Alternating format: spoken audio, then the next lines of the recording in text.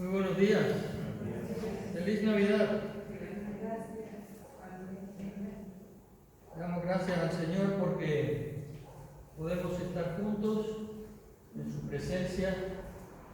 Y quisiera en esta mañana hablar sobre Jesús, como es natural.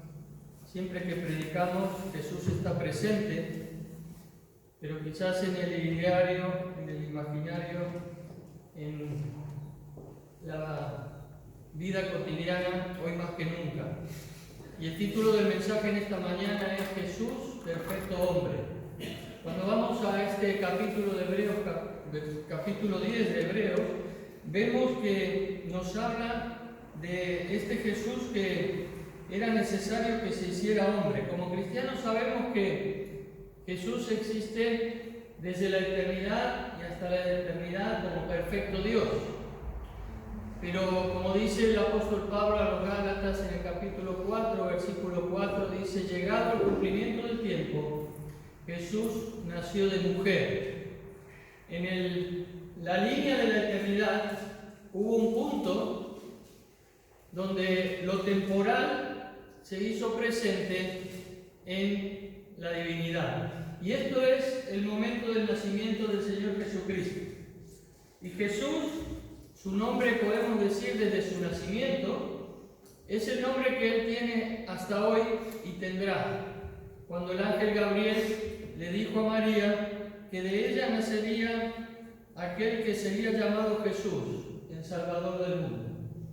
Y en ese punto de la historia, de nuestra historia humana, no la eterna, no la divina, sino de nuestra vida temporal, es cuando aparece en nuestro mundo Dios hecho hombre, Emmanuel. Y por eso que esa concepción que cristalizó el Espíritu Santo de ese nuevo ser en la matriz de esta joven virgen llamada María, fue el mensaje que ella recibió del ángel Gabriel y le dijo: el Espíritu Santo vendrá sobre ti y el poder del Altísimo te cubrirá con su sombra, por lo cual también el santo ser que nacerá será llamado Hijo de Dios, con mayúsculas, está escrito. El santo ser que nacerá. La santidad se hacía presente en la humanidad. La perfecta santidad de Dios estaba en medio nuestro.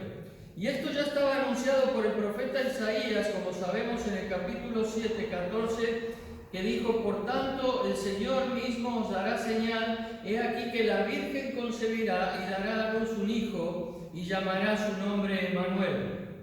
Y el evangelista Mateo lo certifica en su primer capítulo diciendo: ese Emmanuel significa Dios con nosotros. Dios con nosotros. Jesús, Dios, perfecto Dios, pero también comenzando su perfecta humanidad. Y en esta mañana quisiera recalcar lo de perfecta. Necesitábamos que fuese perfecto en su humanidad nuestro mediador. Cuando hablamos de perfección en la Biblia podemos hablar en dos aspectos. En un aspecto en sentido de ausencia de errores, o perfección también en el sentido de estar completos. Cuando la palabra de Dios muchas veces usa esta palabra perfección, se refiere a estar completos, que no nos falta nada, ¿verdad? Y podemos decir que en la personalidad de Jesús existían los dos aspectos: ausencia de errores, no conoció pecado en su humanidad, y también era un hombre perfecto en el sentido de que no le faltaba nada en todos los aspectos de su humanidad. Pero ¿cuál fue el propósito de su encarnación? Podemos decir varios, pero rescatamos 4 en esta mañana. El propósito, podemos decir, primero al venir a este mundo fue revelarnos a nosotros los hombres quién es verdaderamente Dios. Revelar a Dios a los hombres. Juan en el capítulo 1, versículo 18 dice: a Dios nadie le dio jamás, el unigénito Hijo que está en el seno del Padre, Él le ha dado a conocer.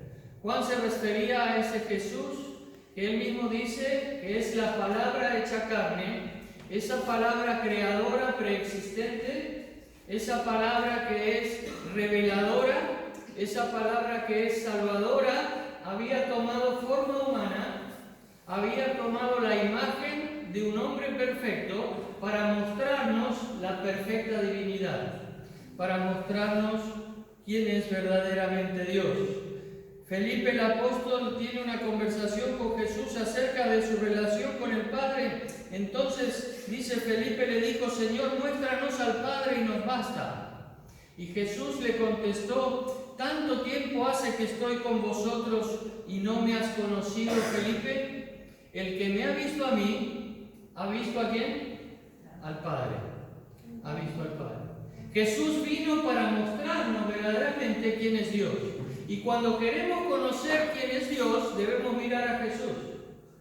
Si en esta mañana tenemos la inquietud de conocer más a Dios, si ya hemos conocido al Señor, debemos siempre buscar conocer más a Jesús. Un segundo propósito podemos decir que fue dejarnos un modelo, un ejemplo de vida. En esta época donde vemos sobre todo jóvenes la ausencia de verdaderos modelos a seguir. Se presentan muchos modelos en nuestras vidas y es necesario siempre tener un modelo a seguir. Y es cierto que muchas veces nos es difícil encontrar modelos que sean aceptables para nuestra vida en todos los aspectos. Más ahora con las redes sociales, cuántos modelos se nos presentan. Pero si hay algo que se puede decir claramente como cristiano, es que nuestro único modelo es Jesús. Si queremos tener un verdadero modelo para nuestra vida, un ejemplo a seguir, debemos mirar a Jesús. Jesús se estaba preparando para celebrar la Pascua y, como era costumbre entre los judíos, el menor lavaba los pies a los mayores. A los que participaban de esa cena, de ese ágape, podemos decir. Y ante la sorpresa de sus discípulos, es Jesús quien toma la iniciativa y comienza a lavarle los pies a ellos. Y les dijo: porque ejemplo os he dado, para que como yo he hecho, vosotros también hagáis.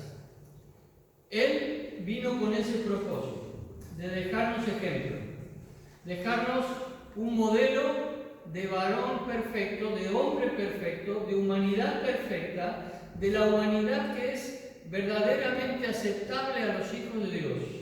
Y ese es nuestro ejemplo a seguir. Años después, el que más se opuso a que el maestro y señor le lavara los pies, que era Pedro, ¿verdad? Siempre impetuoso, anticipándose a los demás, diciendo: Señor, no me laves los pies a mí. Señor, no vayas a la cruz, esto no te suceda. Pero el mismo Pedro, transformado por el Espíritu Santo, dice en su primera carta: pues para esto fuisteis llamados, porque también Cristo padeció por nosotros, dejándonos ejemplo, para que sigáis sus pisadas. Pedro había llegado a comprender el propósito de Jesús, de dejarnos ejemplo para seguir sus pisadas. En tercer lugar, podemos decir que otro propósito de la venida de Cristo, de hacerse perfecto hombre, es que fue, sobre todo, como sabemos, ofrecer un sacrificio que fuese de realmente valor para Dios en cuanto a nuestra salvación. Allí hemos leído en Hebreos 10, versículo 9, que dice: he aquí que vengo, oh Dios, para hacer tu voluntad. Quita lo primero para establecer esto último. ¿Y qué era lo primero? Eran esos sacrificios parciales, esos sacrificios que debían repetirse, esos sacrificios que no quitaban la culpabilidad. Es algo notable. Hoy nosotros lo damos por hecho, no nos sentimos culpables ya de nuestro pecado, porque fue cargado en Cristo Jesús.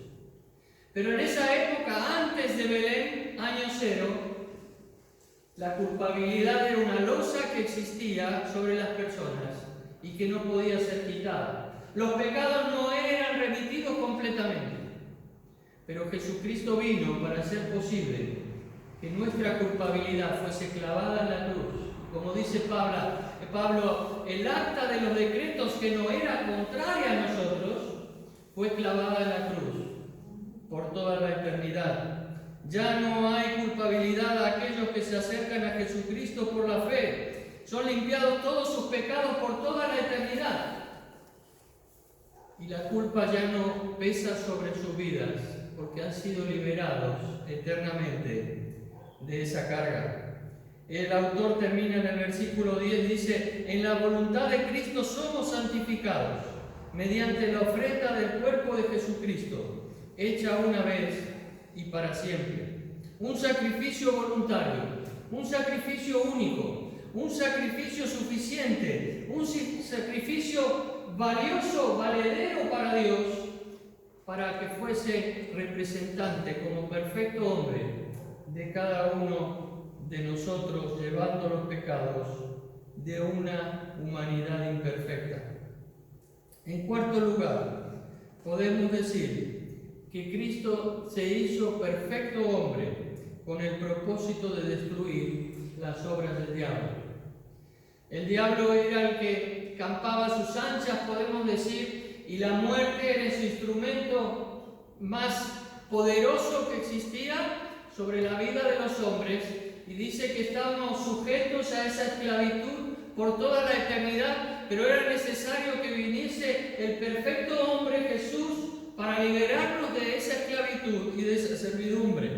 Y por eso Juan dice en 1 Juan 3:8: para esto apareció el Hijo de Dios, para deshacer las obras del diablo. Y hoy aquellos que estamos en Cristo Jesús podemos sentirnos libres de esa amenaza. Podemos sentirnos libres de ese yugo, de esa sujeción, de esa esclavitud, porque hemos sido liberados por Cristo por toda la eternidad. El enemigo de nuestras almas, el príncipe de las tinieblas, el instigador de la humanidad hacia el mal, el que nos llevó a separarnos de Dios y a caer de esa perfección con la que habíamos sido creados. El tentador de los hombres, comenzando desde Adán y Eva hasta nuestros días, a ese personaje siniestro Jesús destruyó en la cruz del Calvario al resucitar de entre los muertos al tercer día. Y hoy podemos decir que no hay ninguna condenación para aquellos que están en Cristo Jesús y que hemos sido liberados de todo yugo de esclavitud. Aleluya. Pero ¿cuáles son las pruebas de la humanidad de Jesús, de esa perfecta humanidad? Esos eran los propósitos por los cuales debía ser perfecto hombre. Pero ¿cuáles son las pruebas? ¿Tenemos pruebas? Claro que sí. Cuando hablamos de perfección sabemos que no se refiere a una perfección en el aspecto físico, ¿verdad? Isaías nos dice en el capítulo 53: le veremos más inatractivo para que le deseemos. En realidad la atracción de la persona de Jesucristo no está en un modelo humano, en un modelo que se acerca a la perfección en el aspecto físico, sino que en toda su personalidad, como decíamos, sin errores, en una personalidad completa, humanamente hablando, para Dios. Tuvo un cuerpo humano, claro que sí, semejante al nuestro. Aunque su concepción fue sobrenatural, como espiritualmente la nuestra también. Hemos nacido de nuevo espiritualmente. Jesús fue concebido corporalmente, humanamente, de una manera sobrenatural. Le distinguió de sus conciudadanos y de nosotros en su humanidad, en que en él no residió el pecado, como hemos dicho. Esa fue una distinción poderosa. Fue semejante a nosotros en todo, pero sin pecado, dice la palabra de Dios. Pero creció como un niño, como un adolescente, como un joven, hasta dar su vida en la edad adulta. En Lucas 2:5 leemos: y Jesús crecía en sabiduría y en estatura para con Dios y para con los hombres. No obstante, siendo ya un adolescente, estuvo sentado en el templo, si lo recordamos, con los maestros de la ley, y ellos se sorprendían de su sabiduría. y de su conocimiento y de sus respuestas. Pero su composición humana era tripartita como la nuestra: cuerpo, alma y espíritu. Cuando vemos a Jesús en Getsemaní, vemos que Él libró la batalla de la decisión por la salvación de cada uno de nosotros, y vemos ahí sus sentimientos más profundos como hombre perfecto, su angustia, su voluntad, su decisión de ir a la cruz, su sudor como grandes gotas de sangre. Él pudo decir, mientras se angustiaba en gran manera: mi alma está muy triste hasta la muerte. Jesús tuvo un alma donde residían sus sentimientos, sus emociones, y Él experimentó esa tristeza, esa angustia que muchas veces podemos experimentar nosotros, pero esos sentimientos nunca fueron contrarios a la voluntad de Dios, sino que siempre estuvieron alineados con esa voluntad del Padre en todo, porque Él fue perfecto hombre. Y referente al Espíritu, sabemos que en Juan 13:21 dice que habiendo dicho esto, Jesús se conmovió en espíritu. Y luego en la cruz dice: Padre, en tus manos encomiendo mi espíritu. Podemos ver que humanamente también tenía un espíritu: cuerpo, alma y espíritu. Jesús tuvo hambre, como sabemos, como cada uno de nosotros. Jesús se cansó. Jesús tuvo sed. En la cruz dijo que tenía sed, que le dieran de beber. Se sentó junto al pozo de Jacob cuando, antes de hablar con la mujer samaritana, porque estaba cansado. Jesús vivió humanamente como cada uno de nosotros. Él lloró también frente a la pérdida de su amigo Lázaro, expresando sus sentimientos más profundos de amistad. Jesús lloró, pero también prueba de su humanidad son sus nombres. Él se autodenominó el Hijo del Hombre.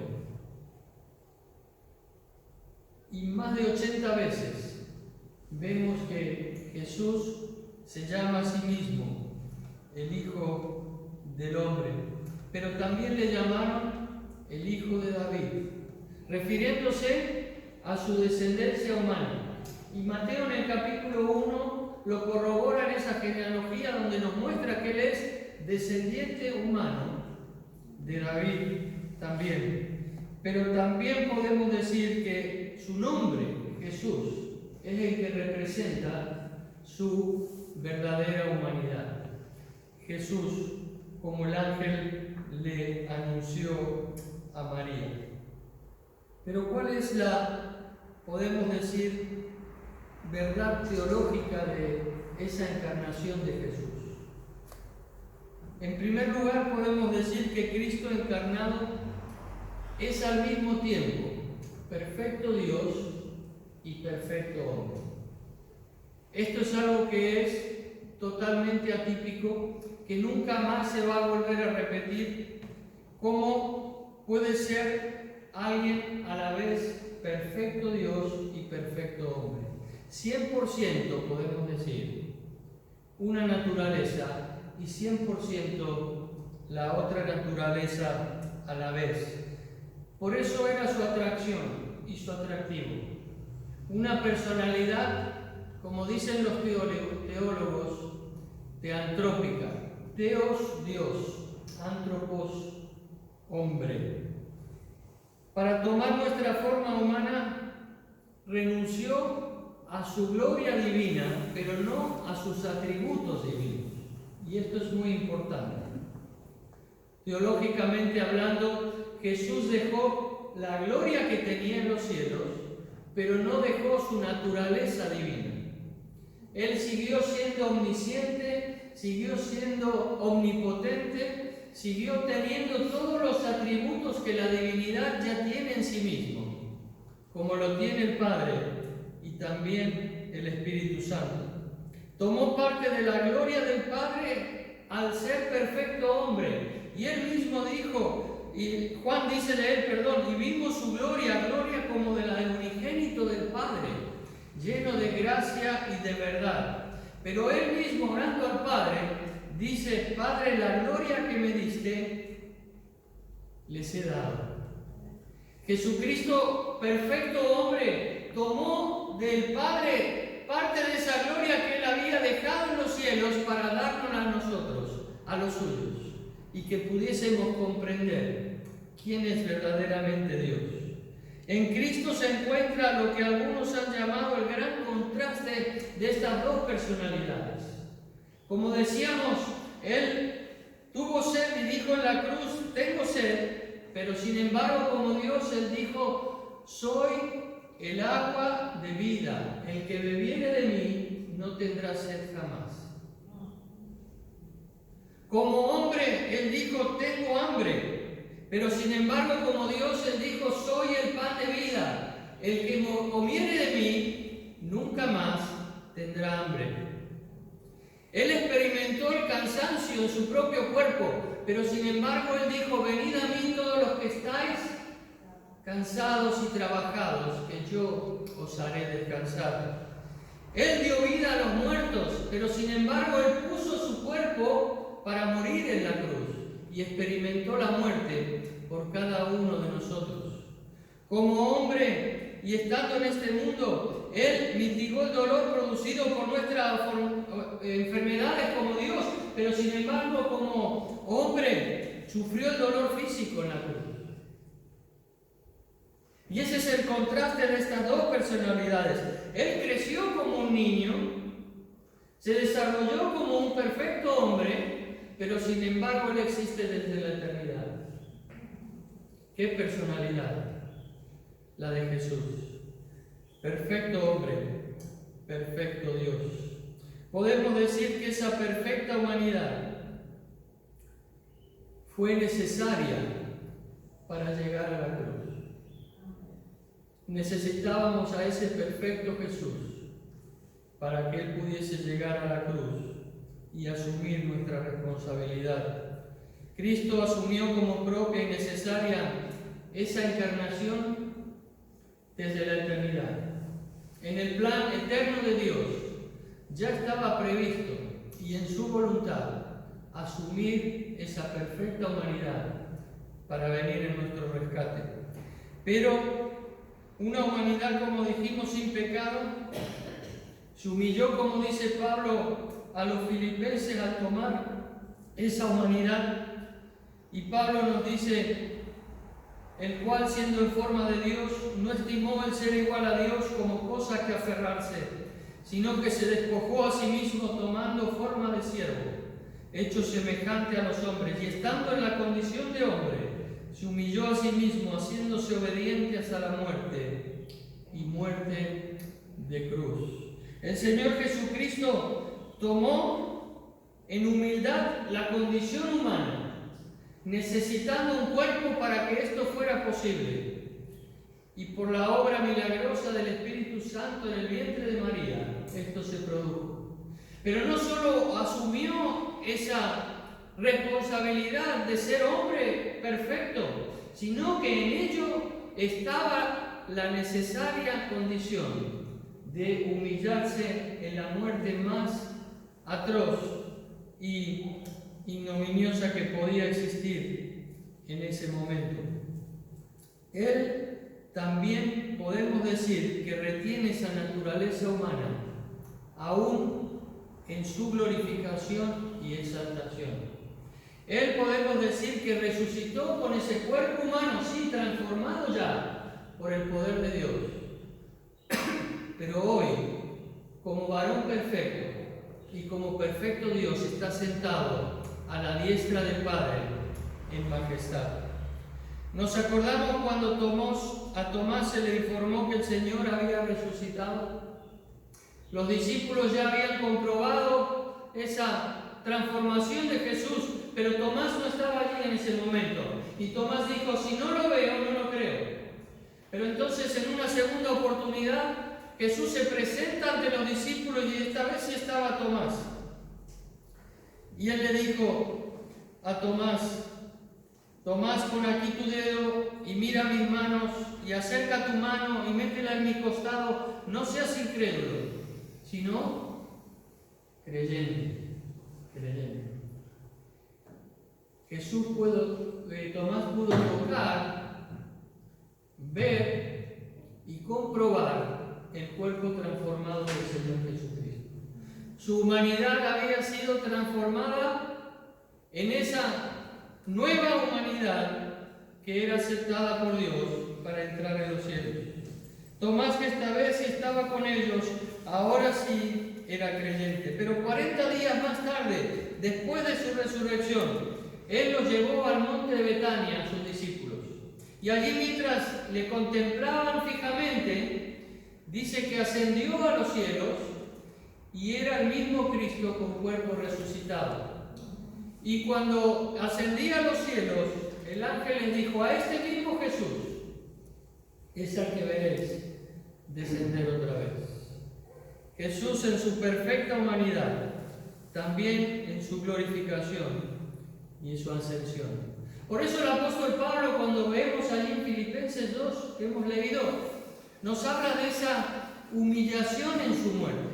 Era necesario que Él asumiera esa humanidad, pero también que asumiera que era para morir en la cruz por cada uno de nosotros.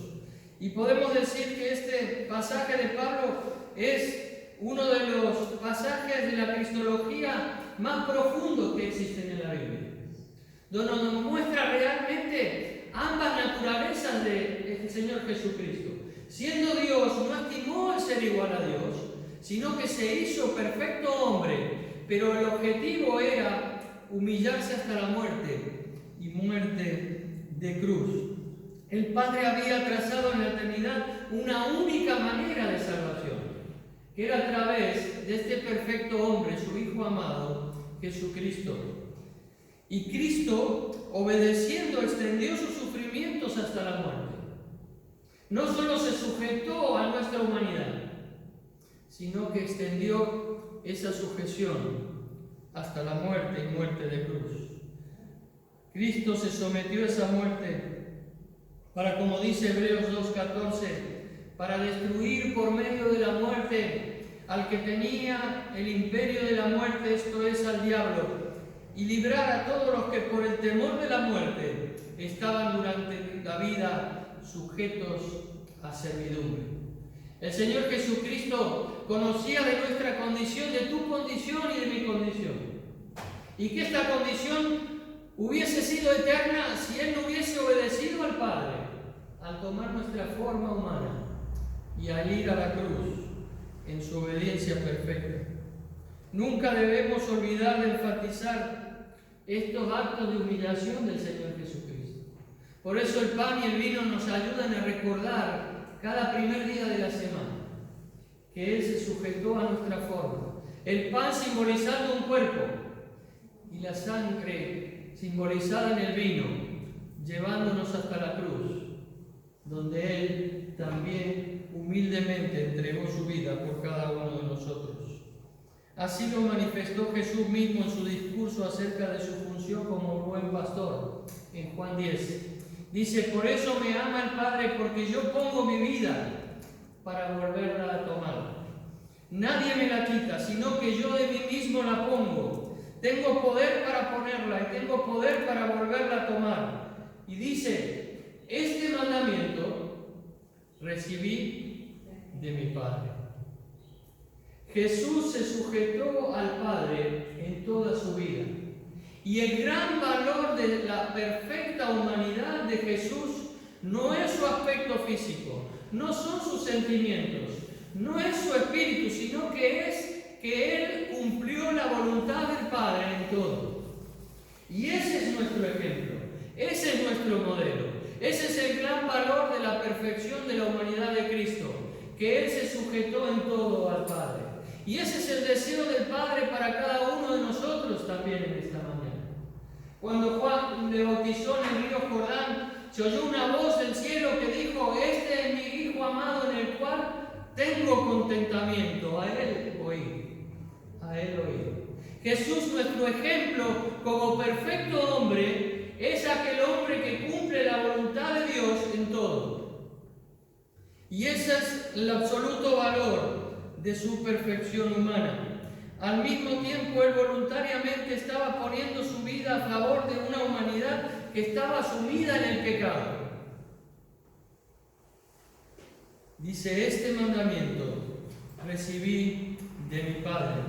La muerte en la cruz de aquel perfecto hombre que es Jesús es, podemos decir, el punto más alto de su experiencia humana, pero también el punto más bajo, porque Él se humilló por cada uno de nosotros. El más alto porque estaba llegando a completar la voluntad del Padre hasta ese extremo.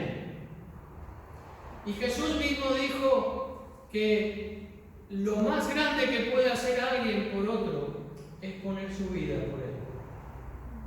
Y Él lo estaba haciendo por ti y por mí.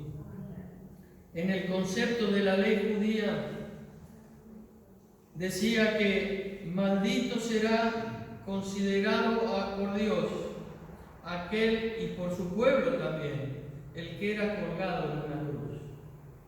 Era una maldición ser colgado en una cruz. Y no solo para los judíos, como sabemos, para los romanos también. Era la forma de muerte que ellos reservaban a sus más odiados enemigos, a aquellos que, podemos decir, eran los mayores criminales. Eran clavados en la cruz. Pero Hebreos dice: sufrió la cruz menospreciando lo oprobio. Jesús no tuvo en cuenta el ser despreciado por los hombres. Lo que Jesús tuvo en cuenta es el ser apreciado por el Padre. Él menospreció el oprobio humano y abrazó la cruz, porque en todo momento estaba dispuesto a cumplir en todo la voluntad del Padre. Quitó la muerte, dice Pablo, y sacó a luz la vida, la inmortalidad, por el Evangelio. Hoy, cuando predicamos el Evangelio, estamos diciendo que la muerte ha sido abolida y que la luz de Dios ha aparecido en este mundo cuando Cristo, el perfecto hombre, vino en Belén y dio su vida en la cruz por toda la humanidad. Y ese es el verdadero Evangelio, aquel que nos lleva de regreso a Dios por medio únicamente de Jesucristo. Y como dice Pablo, nuestro único mediador, Jesucristo hombre. Jesucristo hombre. Lo maravilloso del sacrificio de Cristo en la cruz es que su obediencia hasta la muerte anula nuestra desobediencia hasta la muerte en Dios. Ahora, aquellos que estamos en Cristo Jesús, Dios nos considera obedientes, nos considera perfectos, nos considera perfectos hombres y mujeres, no por nuestros méritos, sino por los méritos de Cristo. Y Dios te ve en Cristo Jesús. Dios ve la perfección de Cristo en ti y en mí. Es tremendo, es maravilloso, es para dar gracias siempre al Señor por tanta bendición inmerecida. Pablo dice: así que como por la transgresión de uno vino la condenación a los hombres, de la misma manera por la justicia de uno vino a todos los hombres la justificación de vida. Así como hombres habíamos desobedecido a Dios, en Cristo hemos recuperado la obediencia a Dios. Y cuando la Biblia habla de justicia, usa la palabra justicia muchas veces, no se refiere a los tribunales de justicia, no a la justicia de la ley, sino se refiere a la rectitud. La palabra que se traduce como justicia es rectitud. ¿Quién hace lo recto? Solamente el justo. Y Dios te considera justo en Cristo Jesús. Considera que tu vida es recta. Lo que necesitamos es hacer visible esa rectitud con nuestras actitudes, con nuestras decisiones, con nuestro servicio al Señor, con nuestra obediencia al Señor, tomando el modelo de Cristo como Él nos dejó. Por eso cuando vamos allí a Hebreos, cuando hemos leído desde el versículo 5, dice, por lo cual entrando en el mundo, dice, sacrificio y ofrenda no quisiste, mas me preparaste cuerpo. Ese cuerpo que estaba preparado desde la eternidad para que la divinidad viniera a introducirse en él y llevarle hasta la muerte y la muerte de cruz, que está en el versículo 10, dice, en esa voluntad. ¿En qué voluntad? En la voluntad de Cristo de hacer todo lo que el Padre había planeado. En esa voluntad, dice, somos santificados mediante la ofrenda del cuerpo de Jesucristo, hecha una vez y para siempre. Pero entre ese versículo 5, donde ese cuerpo estaba preparado allí en Belén para que Dios viniera a este mundo, y ese cuerpo donde Cristo dice, yo pongo mi vida, nadie me la quita, sino que yo pongo mi cuerpo para volverlo a tomar. Entre esos dos puntos de la historia hay una voluntad perfecta de Jesucristo hombre para cumplir lo que el Padre había trazado. Y esa es la verdadera perfección de la humanidad de Cristo. No que tomó un cuerpo humano, no que lo entregó en la cruz, sino que entre medio Él tuvo la voluntad y en nada falló para llegar a ese momento de poner su vida por nosotros. ¡Cuánta perfección!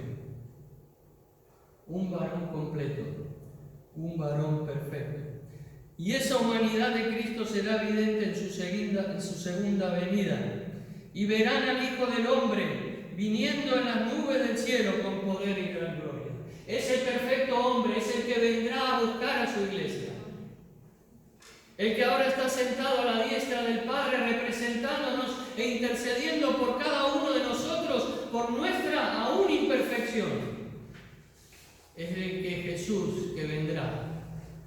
Y es notable como dice, verán no al Hijo de Dios, sino dice, verán al Hijo del Hombre descendiendo entre las nubes.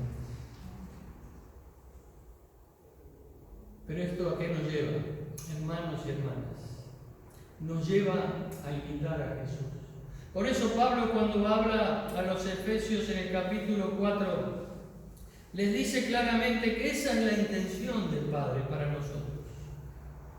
Y les llama a la reflexión diciéndoles claramente, a fin de perfeccionar a los santos para la obra del ministerio, para la edificación del cuerpo de Cristo. Hoy el cuerpo de Cristo se está perfeccionando. El cuerpo de Cristo, que es su iglesia, está perfeccionándose y creciendo en una madurez, como dice Pablo en el versículo 13, hasta que todos lleguemos a la unidad de la fe y el conocimiento del Hijo de Dios, a un varón perfecto, a la medida de la estatura de la plenitud de Cristo. Ese es el objetivo. Mientras ese día llega donde el Hijo del Hombre descenderá entre las nubes para venir a buscar a su esposa, hoy como cuerpo de Cristo, como representantes de ese perfecto varón, estamos creciendo en fe y en unidad. Y esa es nuestra responsabilidad hoy, hacer visible esa perfecta humanidad de Cristo en nuestra propia humanidad, como hijos de Dios, pero también como iglesia de Jesucristo. Por eso el apóstol Pablo nos llama a este desafío de Dios, dice, para que ya no seamos niños fluctuantes llevados por doquiera de todo viento de doctrina, por estratagema de hombres que para engañar emplean con astucia las artimañas del error, sino todo lo contrario, siguiendo la verdad en amor, crezcamos en todo, en aquel que es la cabeza, esto es Cristo, de quien todo el cuerpo, bien concertado y unido entre sí por todas las coyunturas que se ayudan mutuamente, según la actividad propia de cada miembro, de quien todo el cuerpo recibe su crecimiento para ir edificándose en amor. ¿De quién? De Cristo. Por lo tanto, te invito a ponerte de pie para terminar en esta mañana con una oración. Hemos visto a un Jesús perfecto en su humanidad. Hemos visto a un Jesús perfecto en su divinidad. Pero debemos ver en nuestras vidas traducidas a perfección. Perfección como ausencia de errores, pero también perfección como plenos en Dios. Este no es un trabajo de nuestro esfuerzo personal, es por la gracia de Dios. Es un regalo de Dios para tu vida y para mi vida. ¿Estás dispuesto a aceptarlo en esta Navidad donde se ofrecen regalos? ¿Estás dispuesto a aceptar ese regalo de Dios donde Él nos invita a buscar, seguir el modelo de Cristo para llegar a esa plenitud de ese varón perfecto? Es un desafío tremendo, pero es un desafío apasionante. Es un desafío que implica, como en la vida de Cristo, renuncia. Es un desafío que, como en la vida de Jesús, implica obediencia. Es un desafío que, como en la vida de Jesús, implica que el Padre va a estar contigo todos los días hasta el fin del mundo. Vamos a orar al Señor.